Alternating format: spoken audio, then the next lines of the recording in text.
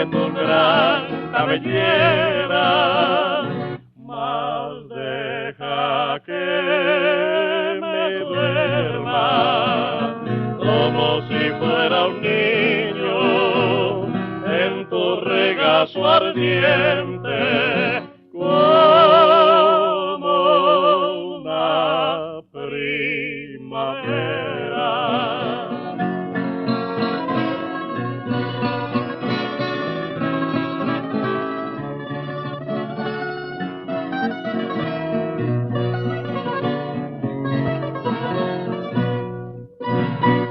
Yo no amo en ti la carne, amo sí el sentimiento, amo tu ser ingenuo como a una fuente pura, amo la dulce lumbre de tu armonioso acento y la tristeza inmensa de tu mirada pura.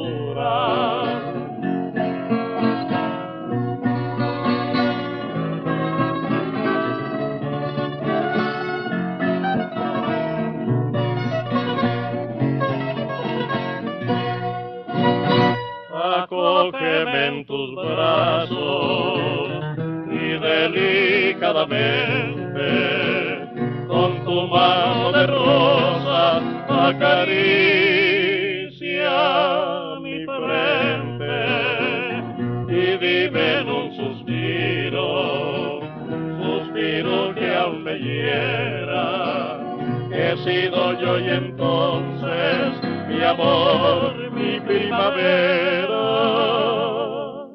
Deja que me duerma en tu seno de armiño, arrúllame con besos como si fuera un niño. Este es nuestro séptimo programa en la lectura de la novela breve Entrañas de niño, de don Tomás Carrasquilla, sobrecogidos con ese tesoro que guardaba la abuela Vira, con toda esa descripción de tantas joyas, con ese deslumbramiento de la belleza que tuvo Paquito al destapar y al ver lo que la abuela tenía por allá guardado. Pero obviamente también entristece todo lo que está haciendo, como una premonición, no sabemos. A la abuela Vira la vamos a acompañar en este viaje que va a hacer a Santa Cruz de Vadillo. Recordemos que estamos en Antioquia, como cerca de Santa Fe de Antioquia, que puede ser un nombre antiguo, más o menos porque en la novela han aparecido los nombres de José María Córdoba y de Francisco de Paula Santander. Entonces estamos hablando de los años de 1840 de pronto, o de más para allá, de finales del siglo XIX. Y continuamos en la lectura de la obra. Cuando le dice, oh Vira, ya no puede ver eso todavía, yo no lo puedo ver. Tan lindo, contesta Risueña. Sí puede verlo, pero como no lo entiende, ¿para qué? Pues dígame para entender. Eso pregúnteselo a su mamá, que tiene palabras. Cuanto le digo, hijito, es que esa ejecutoria es lo que más vale después de la religión, o mejor dicho, es casi igual. Su mamá se lo explicará ahora y cuando sea grande y magistrado lo comprenderá todo. ¿Cuáles serían mis interrogatorios apenas llegó mamacita? Ella estaba triste y con el ofusque, y aunque me explicó algo por la noche, no estuvo tan clara cual solía. Bien dijo Vira, la nobleza tenía tantas obligaciones como la doctrina, y el Catón, si no más que ellos. Me hubiera parecido muy aburridora, a no deducir, como deduje, que eso era cosa de reyes y magistrados y de señores que mandaban a la gente, que yo siempre era muy grande y encumbrado, y que para hacerlo más debía seguir muy juicioso y muy bonito. Ya se vería después que comulgara. ¿Para qué le servía a uno saber leer y escribir y toda la doctrina sin un punto? Y la imagen del doctor Radanates y la del tío Juan de Dios flotaban en mi cabeza, confundidas en un mismo ideal. Pobre Paquito Santos. Al atardecer del sábado señalado, después de un feliz viaje y según el programa de Papacito, nos aproximábamos a Santa Cruz la Ilustre. No las tenía todas conmigo, así es la vida. Siempre había soñado con inmensidad de cielo al pensar en el río prodigioso y su caudal se me hizo el caño de nuestra huerta. Siempre había soñado con el arca de Noé y la barca me pareció una batea, un chisme ridículo. Estará hablando del río Cauca. Así y todo, el vadillo me produjo cierto espanto. Lo esperaba blanco como leche y más brillante que la luna.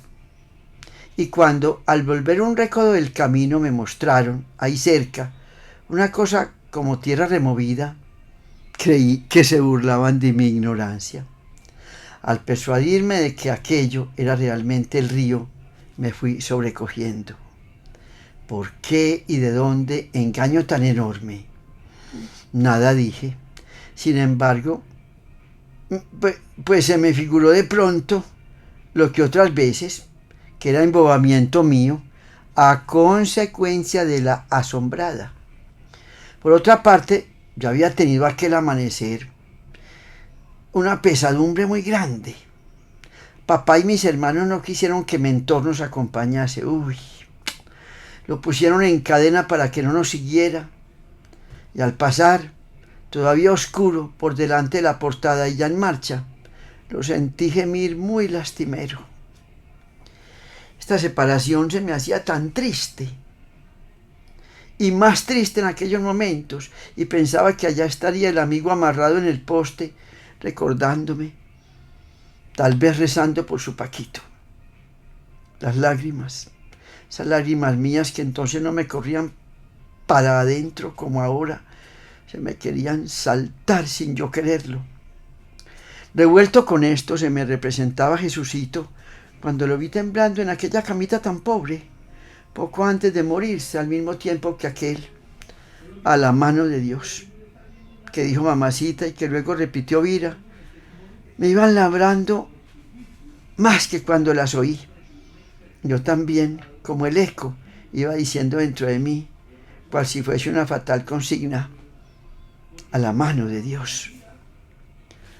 Al saltar de la barqueta nos recibieron, con muchos agasajos y ajonjeos, unos nuestros parientes y el doctor Radanates, que venía a encontrarnos.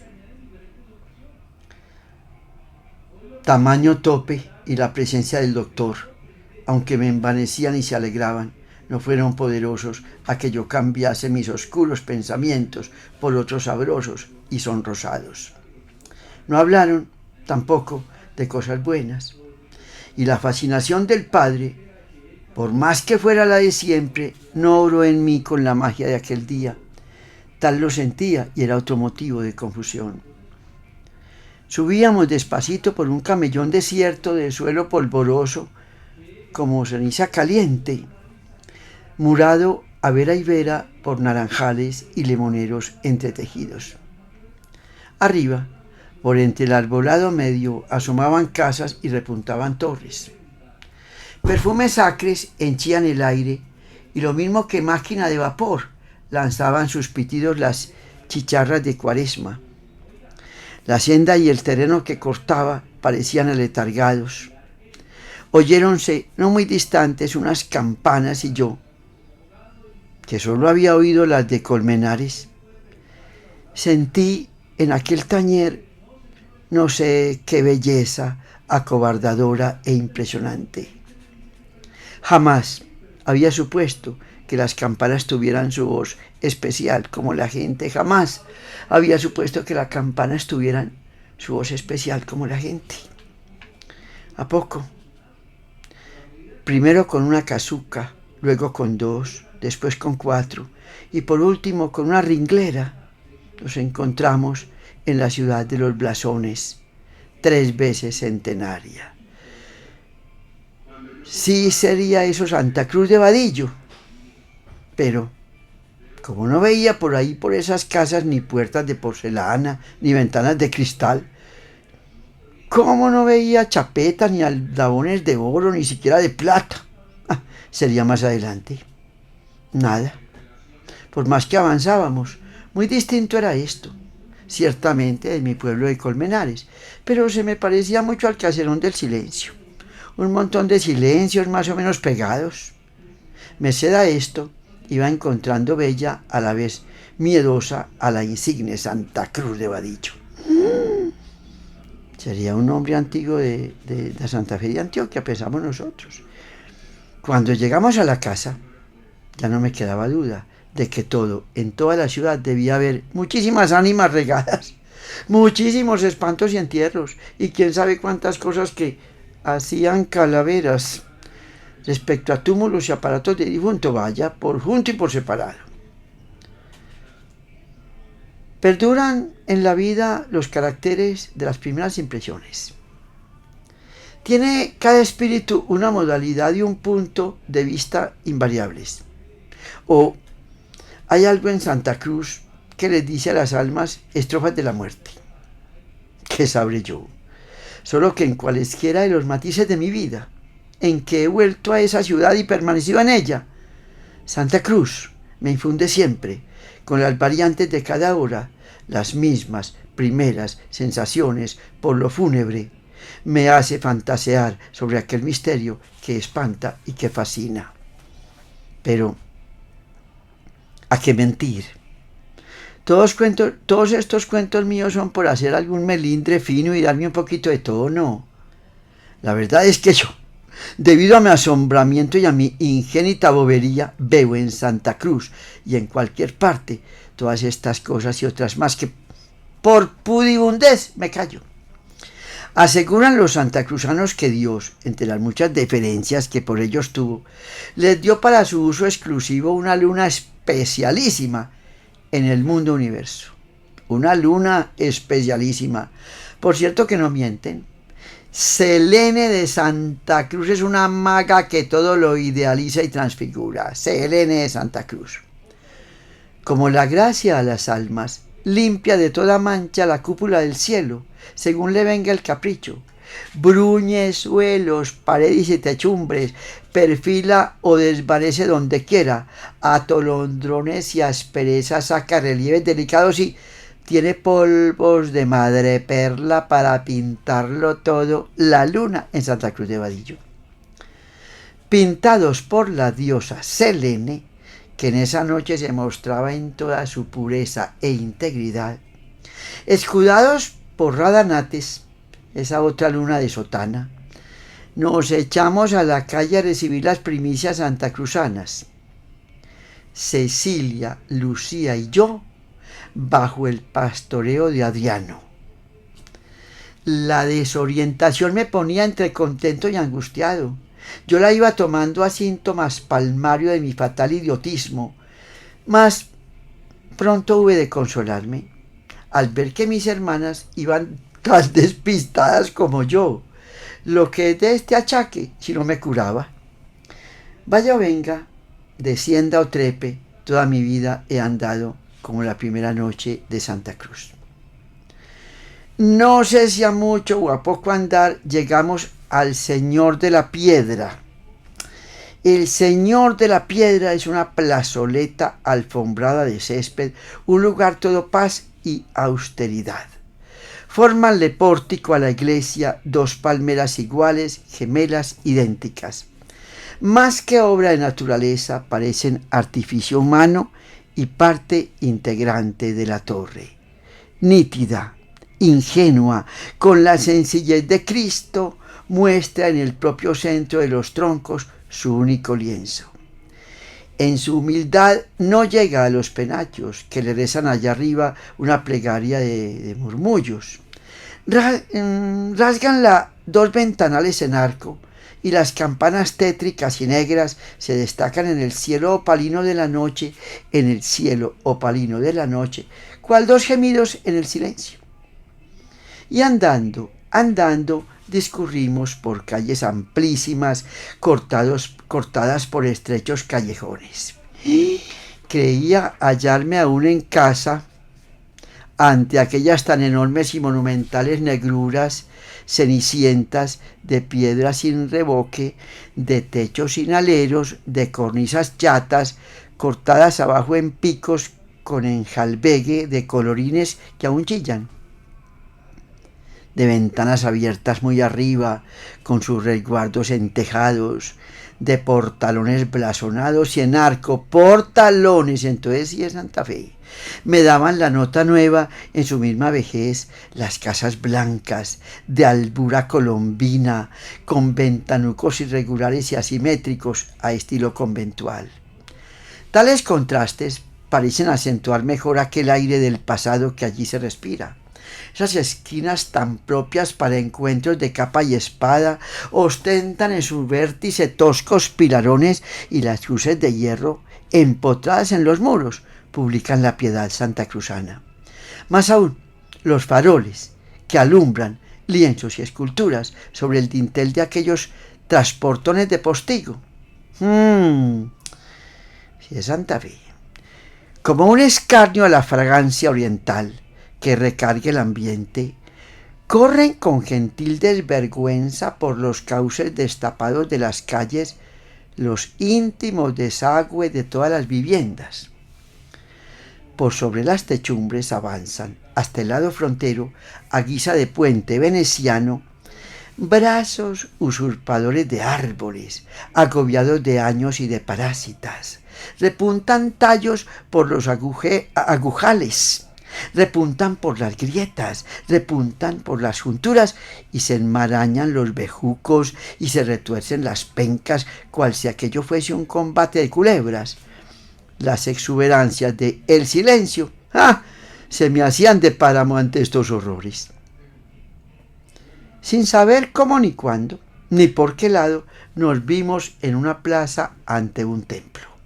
Es la parroquial de Santa Cruz a la divina enseña consagrada. No hay árboles, sino que la hierba viciosa, invasora, cubre todo eso. Por las construcciones que lo enmarcan, por la vegetación que asoma por los tejados, y aún parece que por el aire mismo se pronuncia el de vetustez, sus notas y perfiles de indecible poesía, de elocuente tristeza. Sus notas y perfiles de indecible poesía y de elocuente tristeza. Sentí frío y calor, algo que me hormigueaba dentro de las vértebras, y di por seguro que en ese ámbito melancólico y soledoso pululaban las ánimas como en un cementerio. La fachada aquella cubre casi un lado de la plaza.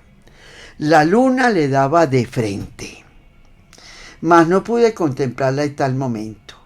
Sus contornos curvos y complicados, su ornamentación confusa y prolija, que aquí forma columnas, allá ramazones y garabatos, acullá espirales, qué sé yo cuántos más perendengues, me representaron al punto, no ya calaveras, sino toda una mortandad.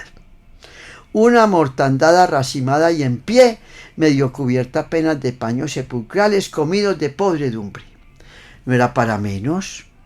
Los siglos le han sacado a ese edificio vetas y lamas, costras y lamparones, y el líquen, las diminutas parásitas, los sutiles espartillos y las legiones de bichos que hayan plantado sus lares.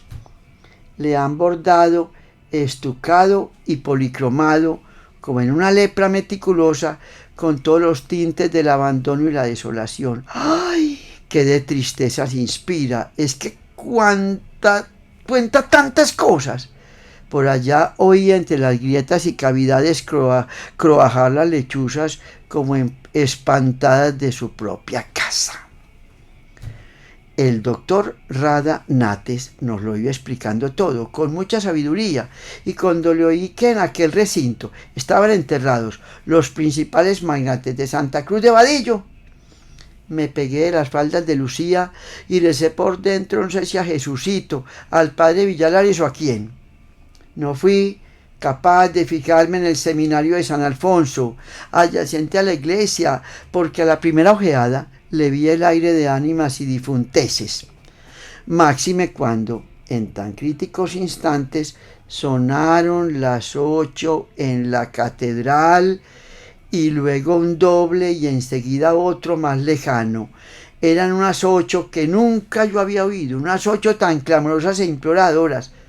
Tlan, tlan, tlan.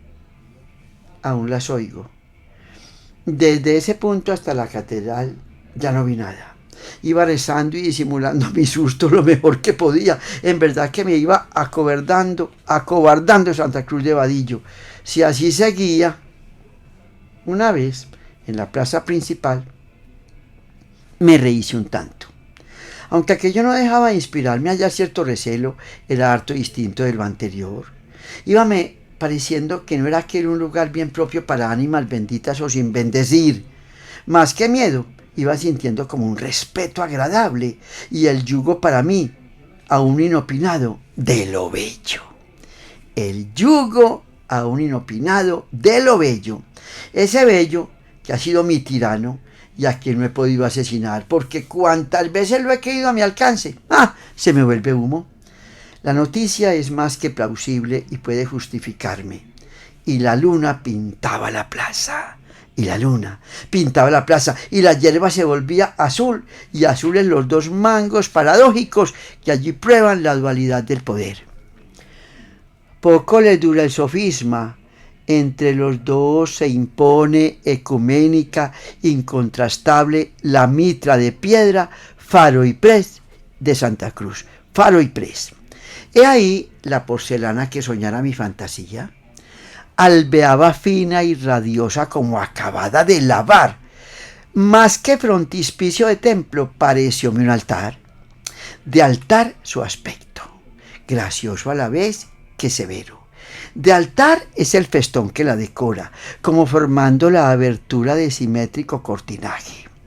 Negra e imponente como la fuerza bruta junto a la convicción, se yergue a su derecha el torredón cuadrilongo, donde más de un sacerdote ha gemido en cautiverio.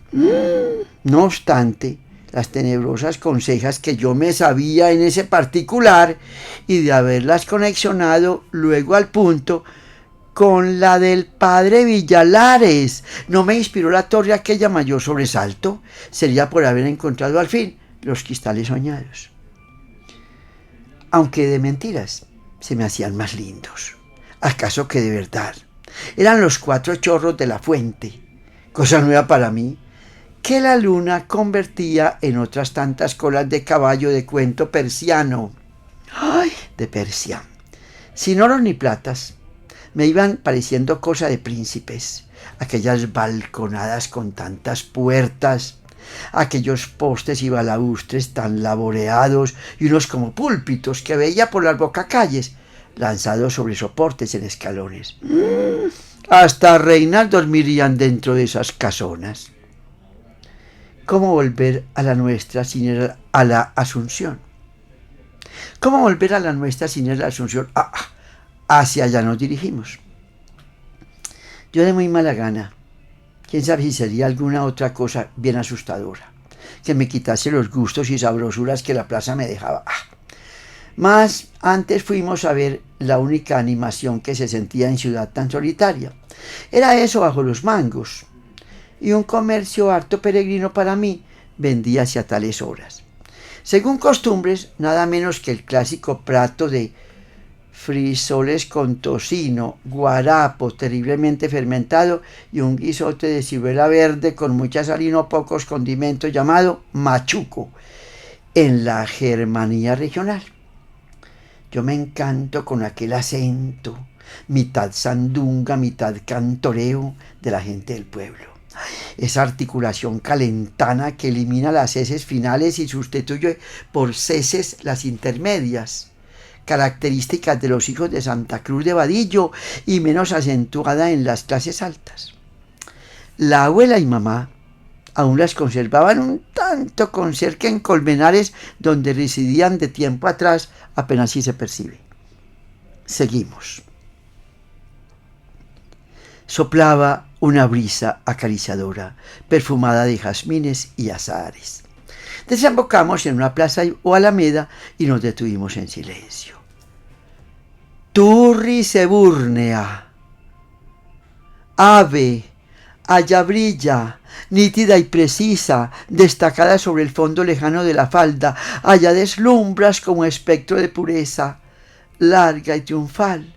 Entrada, te forman de un lado, sobre macizos de mampostería, los dombos opulentos de los mangos, y del opuesto, sobre iguales bases, rectos, blancos como cirios de Pascua, se hilan los troncos de palmeras por levantarte hasta el cielo su edénico plumaje.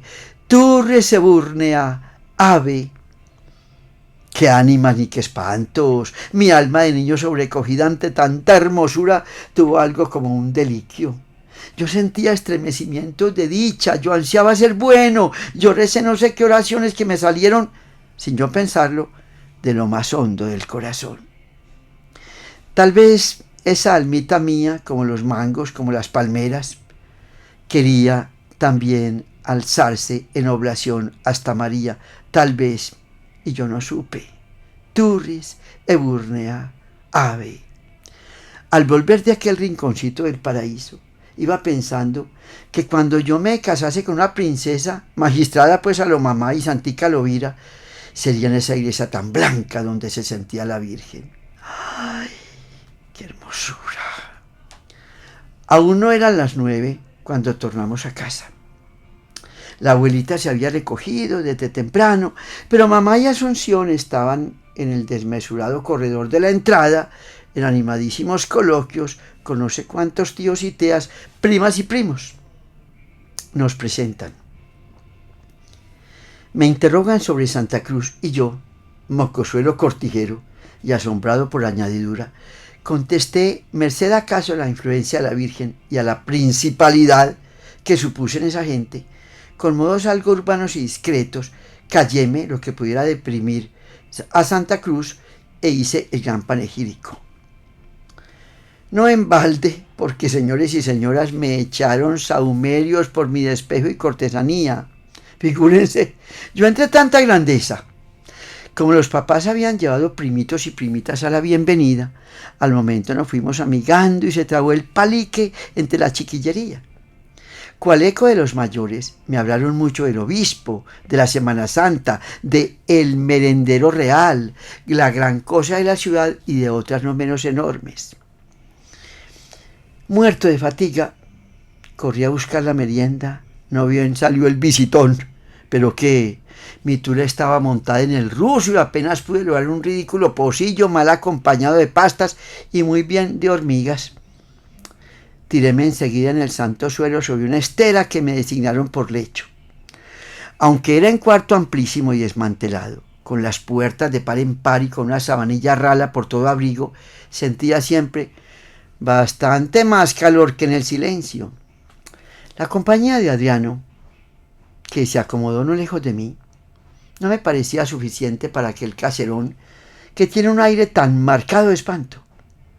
Pero estaba tan rendido, tan laxo y tan encontrado de ideas que, entre rezos y temores y el pitar de las chicharras y no sé qué rumorcillos extraños que por ahí percibía, me quedé como muerto para resucitar al amanecer.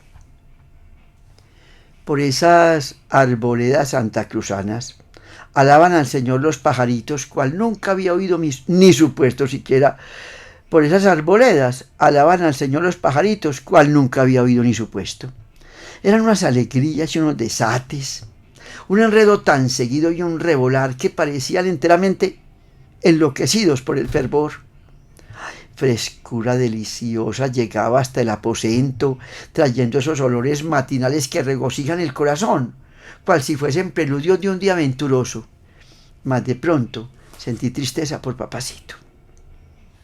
Sentí la falta de su alabado y de sus rumbidos de cucarrón. Mamá, adivinándome siempre en todo, entonó lo a poco desde la alcoba contigua donde se habían acomodado. Siguieron las 3 hermanas, luego Adriano y por último yo, que recé el mío con la unción de las aves, sí, pero faltaban voces.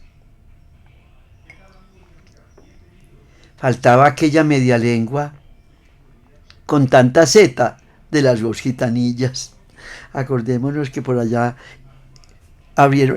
alzaron un aduar, una tiendecita por allá por los árboles, las 2 gitanillas. Recé por todos los ausentes, pensando que era muy duro levantarme y no verlos, sino venir mentor a saludarme y a ponerme las manos sobre los hombros.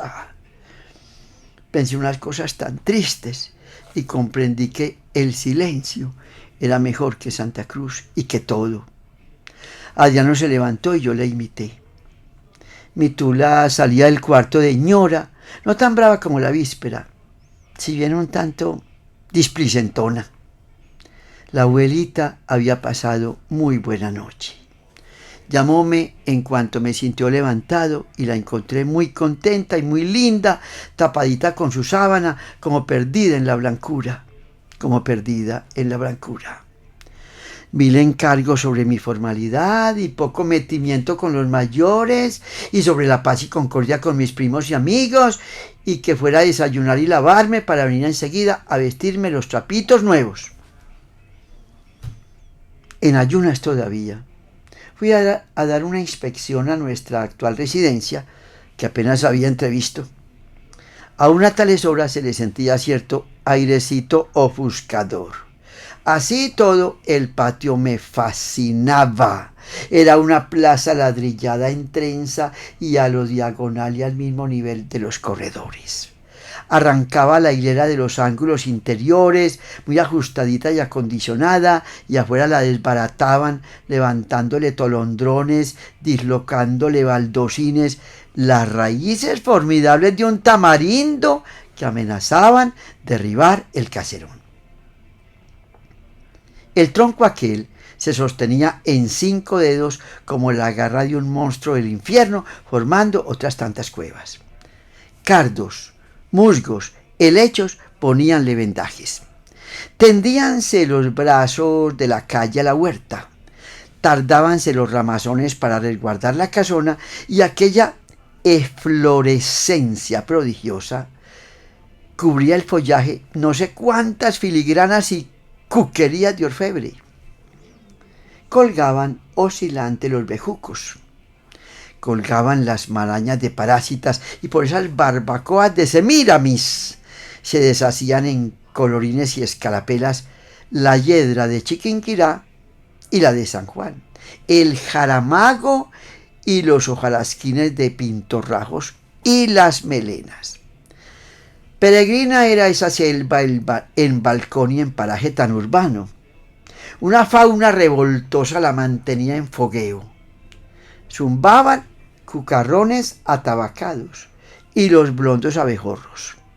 Loqueaban las mariposas tornasoladas y las libélulas de gasa. Discurrían pausados los escarabajos de coraza verdosa y los de cuernos. Retorcíanse los gusanos de peluche bordado y los cientopiés de chaquiras. Daban cada zancajo los arañones y los caballos de palo. Atacaba los nervios el febricitante enredar de aquellas legiones de lagartos que cambiaban de colores y relumbraban al sol como si fueran de lata esmaltada.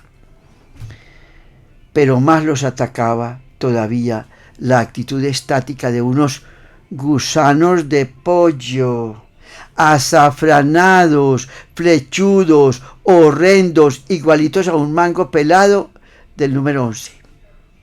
Entre tanto, en los secretos de la selva cantaban los toches y los jilgueros quién sabe qué pasiones borrascosas. Determiné a irme a la huerta, a ver si hallaba paces de alma. Determiné irme a la huerta a ver si hallaba paz de alma. Al hospital por hilas, arbolocos, matorrales y pencas, que nadie había sembrado, se querían comer las tapias, y unos sapos boñigosos de papada blanca que parecían los taitas de aquellos de Marras, brincaban entre el lagartijero y las cayubras. Ni aun a medirles puño me atreví. Un bien me sabe, unos papayos y 3 zapotes se rendían con la carga. Oigan pues, papayos que no payasos, y 3 zapotes se rendían con la carga de zapotes, qué dicha. Tanto monte asomaba por esos linderos que me trepé a unos cajones que había sobre un pollo para ver qué era aquello. ¡Qué cerrazón! Entre los peñascos y los confines veía y divisaba los rigores del naranjo y del aguacate, del níspero y del anón, los peligros del algarrobo y del cañafístulo, del corozo grande y del coco, de todos esos frutos de cuesco pétreo, de aquella tierra abrasada, que aquella tierra abrasada hace reventar en los aires y que lo mismo regalan el paladar que despachan a alguno de un testarazo. Sentí como Arturo ahí en Palago. Según mis cuentas, en Santa Cruz había más monte que casas y más animales que cristianos. ¡Pues! Mi tula renegaba en la cocina.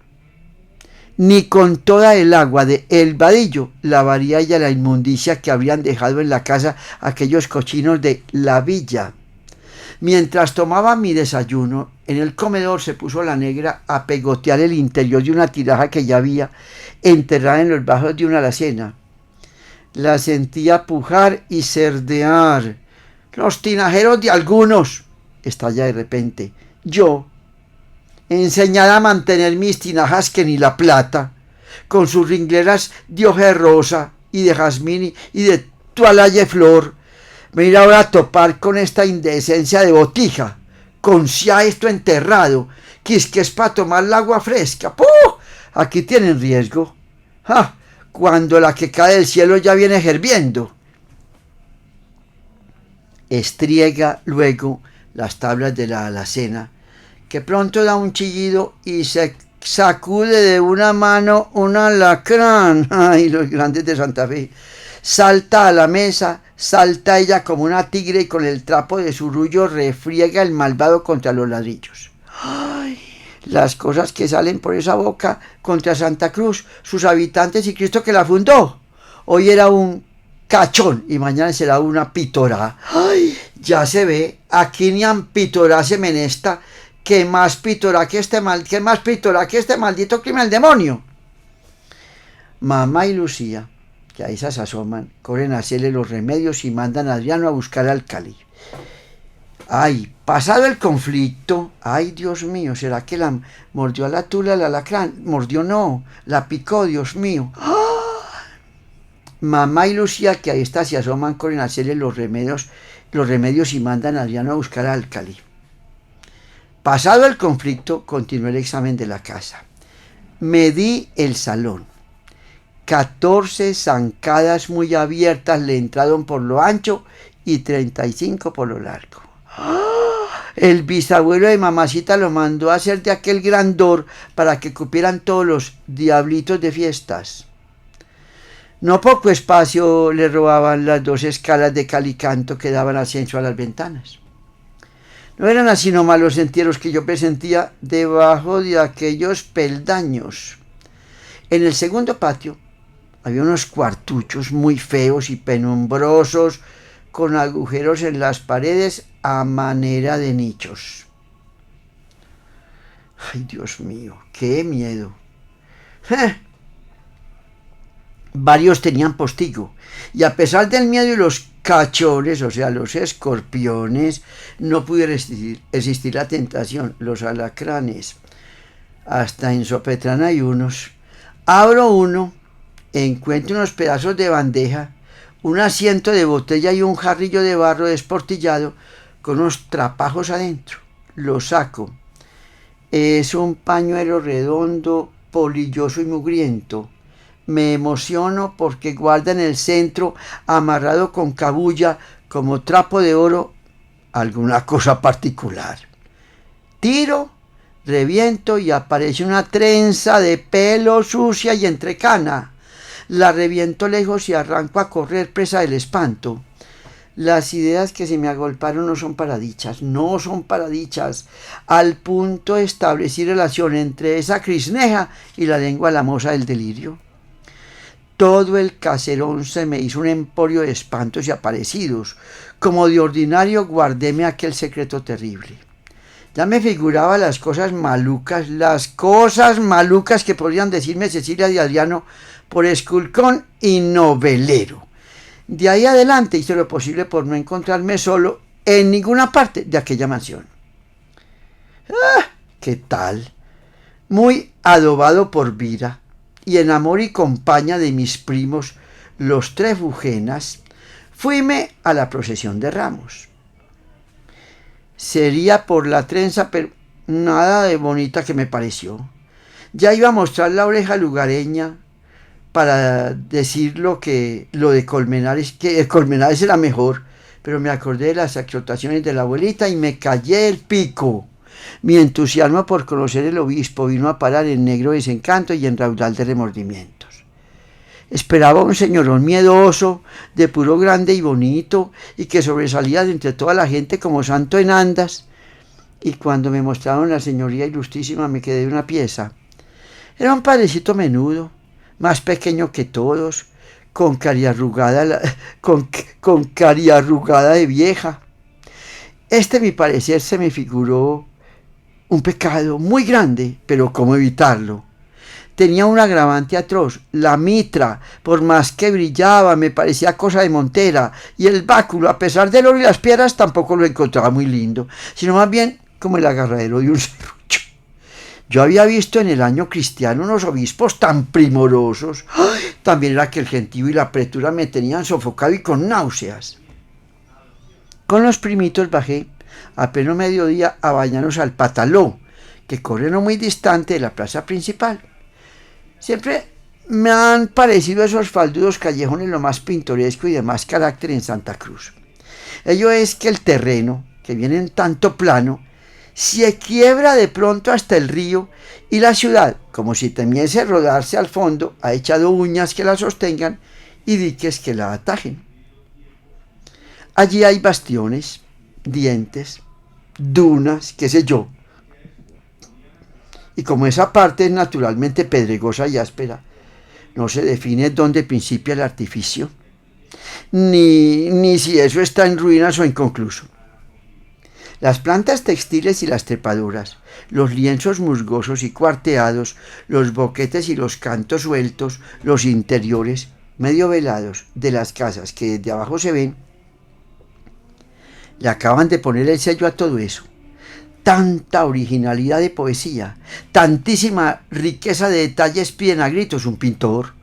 Tanta originalidad de poesía, tantísima riqueza de detalles piden a gritos un pintor. El merendero real nada me dijo entonces ni después. El doctor Radanates me tanteó esa noche en la preparación para comulgar y encontróme tan en punto y sazón como los mejores neófitos de la parvada que él preparaba. Para el acto más grande del hombre. No nos afanáramos demasiado por ganar el jubileo del Jueves Santo. Aún no éramos unos pecadores tan urgidos de indulto. La comunión no podía hacerse como él lo soñaba y como convenía a todos hasta el domingo de Pascua. Lo decía Radanates, así era, hasta el domingo de Pascua. En su gratísima compañía subimos a la torre. Al día siguiente, a eso de las 4 de una tarde esplendente. Desde aquella primera vez en que miré aquel panorama por el cristal de la inocencia,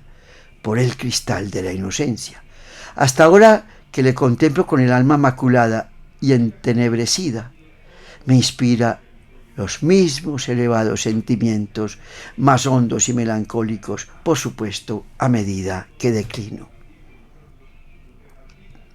Dicen los santacruzanos que fue en esa tierra donde moraron nuestros primeros padres. Hasta cierto será. Esa tristeza, esa hermosura, aquel misterio, bien puede ser los vestigios del malogrado Edén.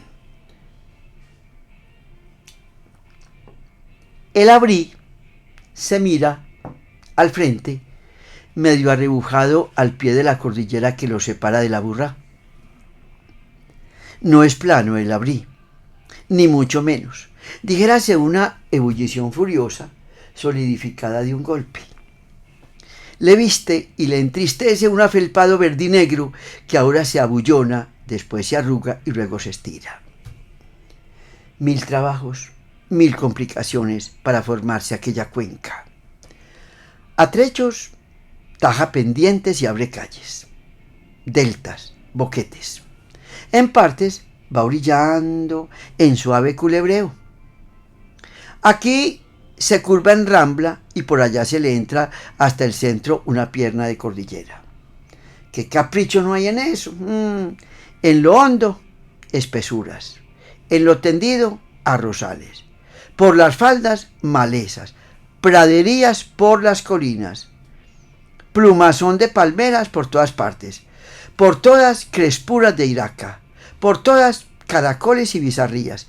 Y una nostalgia que flota, que palpita. Y una nostalgia que flota, que palpita. Medio oculto en la melancolía de las frondas, se diseña un villorrio.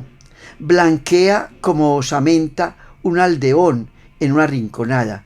Un cortijo terroso se asienta en una vega.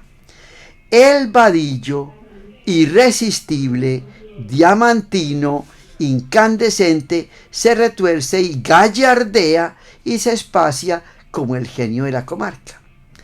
El aire arde, la tierra es un horno. Tanta vida, tanta magnificencia, contrista, sobrecoge. Parece que la muerte precipita su llegada, que el fuego de la común madre va a devorarlo todo de una vez, y lo ignoto, el más allá, se insinúa en el alma. Y todo en derredor de aquella, todo es así. Atrás se empina, altanera y escueta, como una muralla, la loma de Venturanza. Abajo, cual la mendiga junto a la duquesa, se acurruca la barriada de la Horda. Y Horda es, en efecto, bajo cada tamarindo, un aduar, un bohío, un cobertizo de palma. Cercas de ciruelos dividen los predios, un frutal y sobre horcones plantados dentro de la acequia, por escaparlos de la plaga, cuencos de calabazo sembrados de las hierbas para el machuco. Es aquello gris, ingenuo, hermoso en su misma miseria. Siempre le encontré mucho sentido, hondo significado.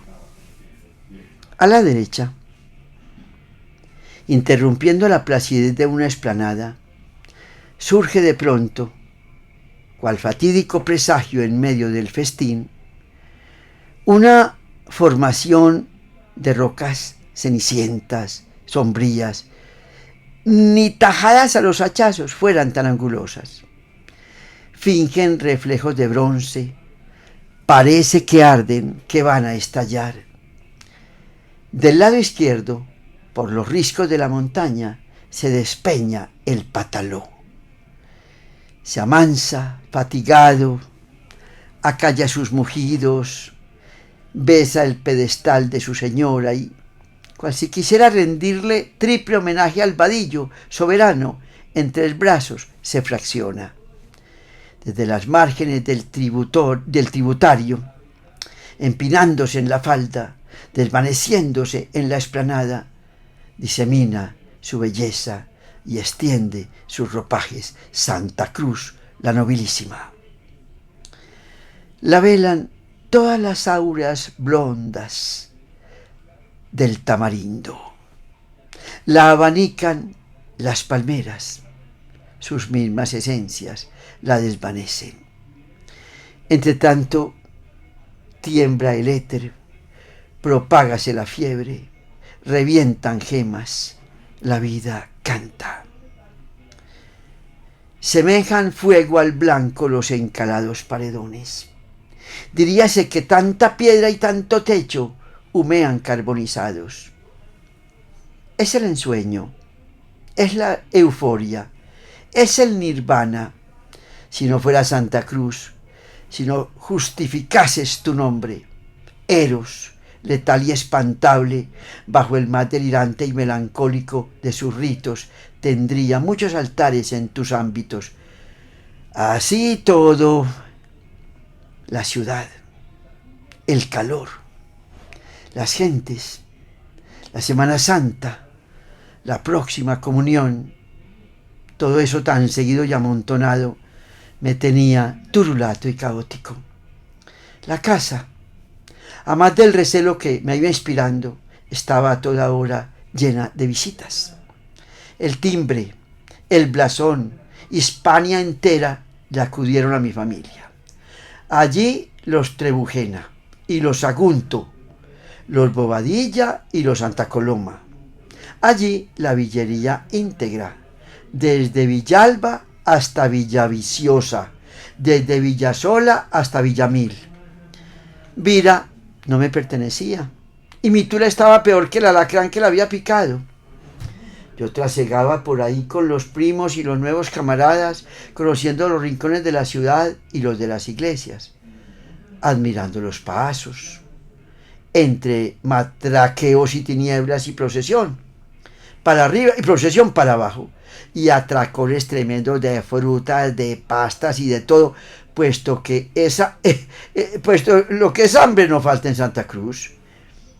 Aquella liturgia de Semana Santa, de que solo tenía una vaga idea por las funciones pobres y deficientes de Colmenares, se me iba haciendo hermosa, asustadora y triste como la ciudad. Y hasta aquí llegamos y no alcanzamos a hacer el último programa porque nos faltan unas hojitas y no nos vamos a afanar para el 8º programa, que sí es el último, aquí leyendo Entrañas de niño de don Tomás Carrasquilla. Y recordando a los de Jardín y allá los de Jericó, que dicen, no, Jardín y Jericó son más hermosos que Santa Fe de Antioquia, pero muchachos, qué pena. Esa calle de la amargura, esa iglesita de Santa Bárbara, esos portalones, eso no hay sino en Santa Fe de Antioquia, eso es la de los blasones, esa es la grande, la gran ciudad de Antioquia, esa es, sin lugar a dudas. No, esa calle de la amargura, qué pena con Jericó, que también es muy señorial, y qué pena con Jardín, que también es muy hermoso, pero Santa Fe de Antioquia, Santa Cruz de Vadillo, nuestros respetos, hay que ir y hacerle un poquito el quite a los alacranes. Y entonces, Odilio y Julián despiden con honores nuestro 7º programa. Que los alacranes no aparezcan por ahí en Santa Fe cuando vamos, y que siempre los estén esperando los mangos deliciosos.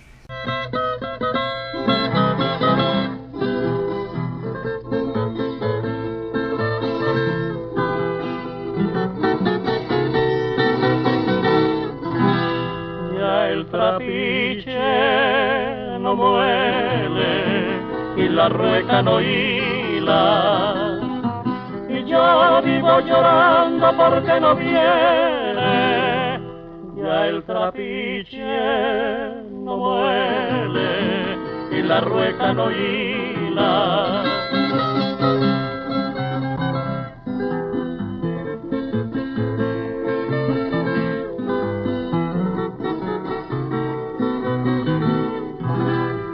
El trapiche no muele y la rueca no hila, y yo vivo llorando porque no viene. Ya el trapiche no muele y la rueca no hila.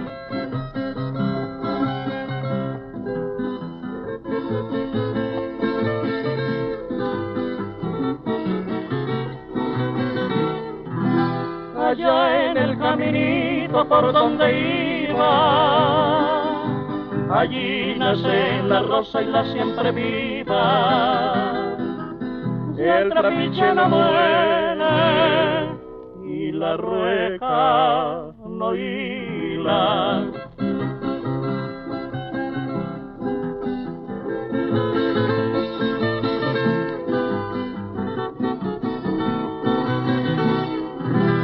Ya mi vida se muere de una inmensa tristeza, y es porque ya el trapiche no cuenta y muere, y está inmóvil la rueca.